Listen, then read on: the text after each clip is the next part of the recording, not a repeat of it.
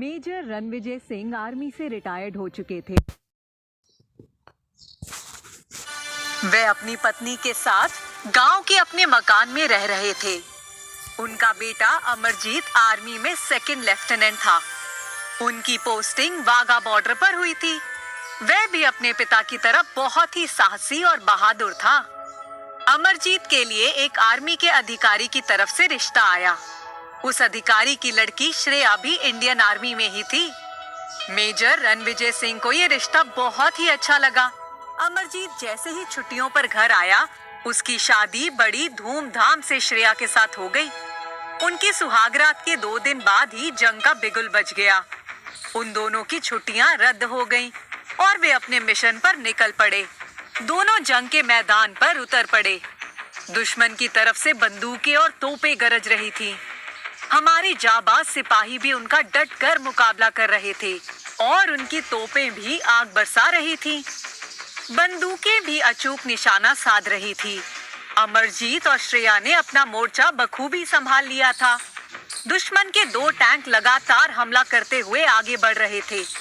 अमरजीत ने निशाना साधा और उसका गोला एक टैंक पर जाकर लगा और वे ध्वस्त हो गया। भारतीय सेना के खेमे में खुशी की लहर दौड़ गई। दूसरी तरफ श्रेया ने अपनी सीमा में जवानों से बहुत दूर 2 अलाव जला दिए और भागकर आई और मोर्चा संभाल लिया। दुश्मन ने दोनों अलाव को जलते हुए देखा और ये समझा कि भारतीय जवान वहीं पर आसपास होंगे। वे अपना निशाना उसी तरफ लगाने लगे। इधर श्रेया ने मोर्टार बम फेंककर दूसरे टैंक को भी तोड़कर रख दिया। वह धूं धूं जलने लगा। भारतीय जवानों ने एक दूसरे को खुशी से इशारा किया। आकाश में बार-बार गोलियों और तोपों की अग्नि बिखर रही थी। अमरजीत ने भी अंगूठे से श्रेया को शाबाशी दी। बीच-बीच में वह भारतीय जवानों का साहस बढ़ा रहा था। भारतीय सेना का लगातार आक्रमण दुश्मन का दिल दहला रहा था। इसी समय एक मोर्टार बम भारतीय जवानों की तरफ हवा से आ रहा था। श्रेया ने पलक झपकते ही उस पर निशाना साधा और दूर हवा में ही उसे नष्ट कर दिया।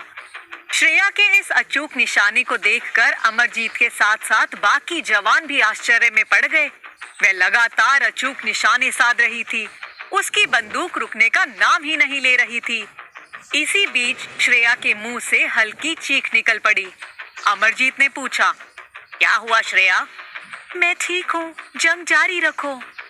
दुश्मन की एक टैंक पीछे जा रही थी।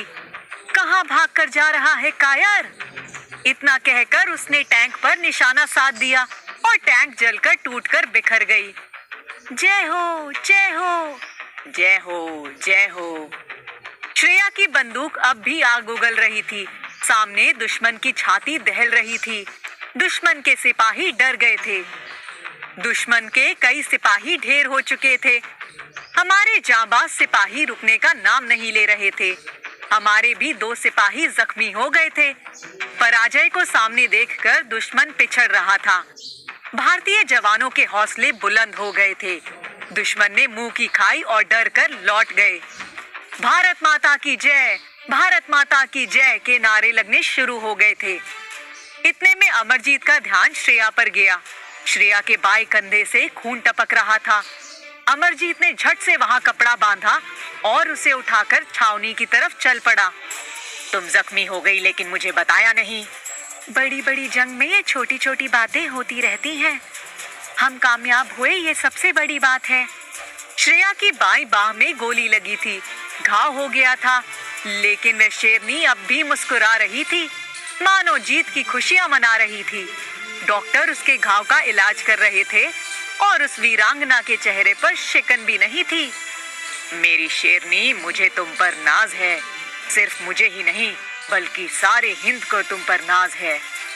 हिंद का प्यारा तिरंगा लहरा रहा था, मानो भारतीय सेना को शाबाशी दे रहा हो। जय हिंद, जय जवान, वंदे मातरम।